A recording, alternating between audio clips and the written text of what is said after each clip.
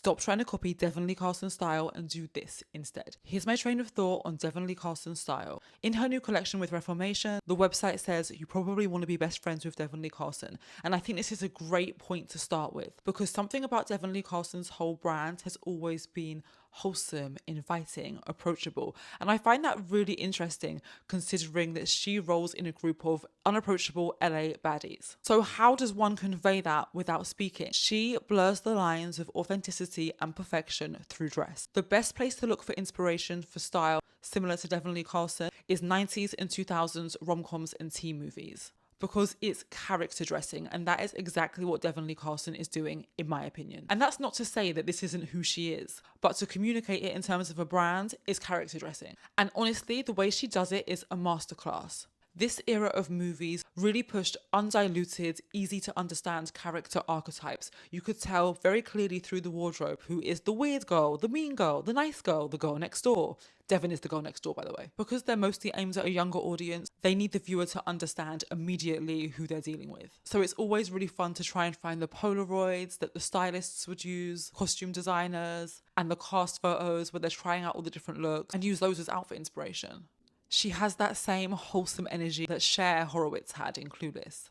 I think a really good place to start if you wanted to watch a film would be Jawbreaker, because Devon Lee Carlson dresses like a character from Jawbreaker. She has a base of polka dots, pastels, girly, nostalgic pieces, flirty silhouettes. 90s blue marine runways are a great place to look for inspiration for that too. Of course, we can't talk about archetypal dressing without talking about the Spice Girls, who were a band purely manufactured to appeal to all different types of girl at once. And I think this theory is proven when you look at her and her sister Sydney, because you can clearly see who's supposed to be like good cop, bad cop. In this picture particularly, because you can't even see their faces, but just from the mouths, you know which one is Devon and you know which one is Sydney, because Devon is smiling. That famous smile that she's turned into a big part of her brand. Who else's smile was a huge part of their brand? Julia Roberts. An unlikely style twin that I came up with for Devon is Baby Mary, who owns the famous boutique Feline in Tokyo. What I love about Mary's style is she has this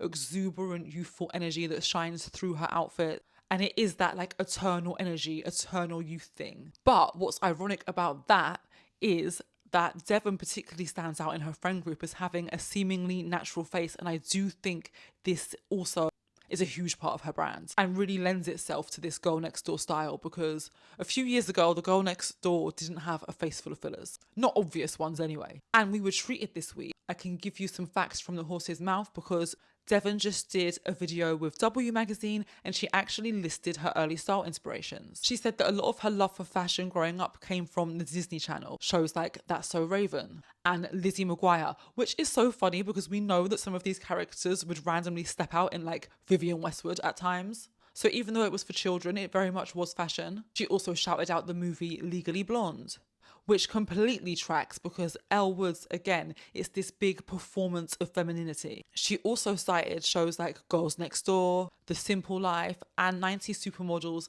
because she described them as real-life Barbies to her. The running thread here is saturated, joyous femininity. I really want to talk about when Britney Spears was on the cover of Pop magazine by Takashi Murakami. I think this would be a great shoot for your mood board if you're interested in this type of style. But also, when I was searching for these images, I came across lots of the covers Britney Spears did at the peak of her fame in the early 2000s when she was on like Top of the Pops magazine over here in the UK and VV in Japan, and this abundance of teen music magazines, all very Devon. Even though she's not a musician, she has that global pop sensation and main character energy. It all ties back to that natural, youthful thing. But back to the fashion. There was an article in Elle magazine recently, written by Ortega Uegba, that talks about the French phrase jolie laide, which translates to pretty ugly. Not to be confused with ugly sexy, which was a concept shouted about by an early in her career Lady Gaga, who, funnily enough, on this topic, described her stage persona as an authentic creation. But the article in Elle talks about being attracted to things that are a little bit weird and a little bit off,